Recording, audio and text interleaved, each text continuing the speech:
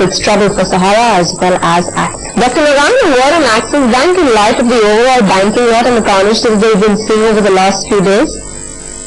I think most of the leader banking stocks, if you notice, Axis, State Bank, ICICI Bank, etc., they've all been falling since the last week of April. Somewhere around 25th of April is where they actually made their top, and seeing ever since it's been falling down. And Axis, I think, post results has actually led the decline further. It really doesn't seem to have, kind of halted here. I think a fall on this particular news or otherwise on a general overall weak market, maybe we'll see a fall down to about 1100. Which is where you could probably see some amount of support. That's like a retracement support being a 38%, which is the minimum retracement that you see. So I think 1100 seems to be on the cards here for Axis. We should reassess somewhere around that level. Alright, 1100 sell fall coming in on an Axis Bank. Maybe avoid it for the time being as well. Once it reaches 1100, that's when you can start probably assessing the situation a little further. Away from a stock which is losing in momentum, we go across to a mid-cap counter that has been gaining since over a month. In fact, one of the best performing stocks in the last 1 month. TTK Prestige is the stock that I'm talking about.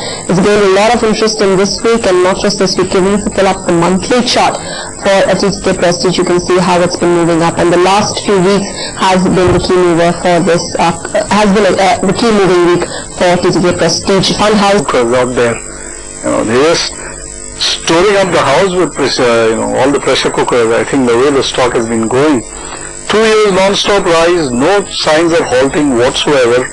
It's not 19% in a month. You can add it to so many percent in 2 months, quarter, 6 months, 1 year, you name it. TTK Prestige has been doing it. It's one of the really hugely performing stocks. Absolutely no signs of halting, but we all know that somewhere down the line it will. But at the moment, all that one could really do or should really do is, try and tag a moving average below this and just keep in the stock until that moving average breaks. I would suggest having let's say a 50-period exponential moving average on a weekly chart as the nearest track. It has actually done a pretty decent job. Just hold on to this stock. Should we buy it? I mean, it's very difficult for me to say that go out there at 2,700 and go long in this stock. Mainly because the risk associated with it is pretty large. From 2,700 it could fall by 400-500 rupees and make no difference to the trend of the stock. But in a 400-500 rupee fall, somebody would get wiped out. So it's for the big boys right now. The smaller guys maybe look to buy it when it pulls back to that moving average thing which I said. Stock clearly in an uptrend should be held on if you're holding it. And if you're looking to invest, know that there is a risk.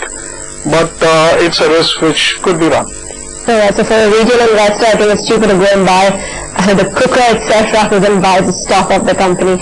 27.92 still for the big boys there at this point in time. 3.5% higher, 63% in a matter of 3 months.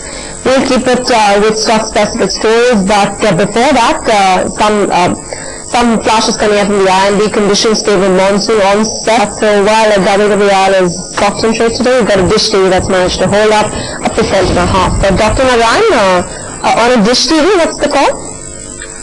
I think the market has been looking to this news for a while because Dish TV is one of the few stocks from the entire media space which has managed to move up and hold on to its gains. And I think over the last 4 to 5 days the stock has been up, including today.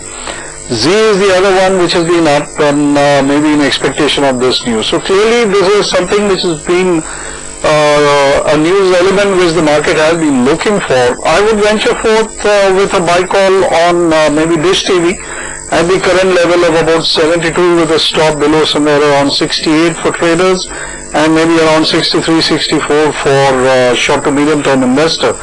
I think with this news there should be a lot of positivity fallout with the main stocks.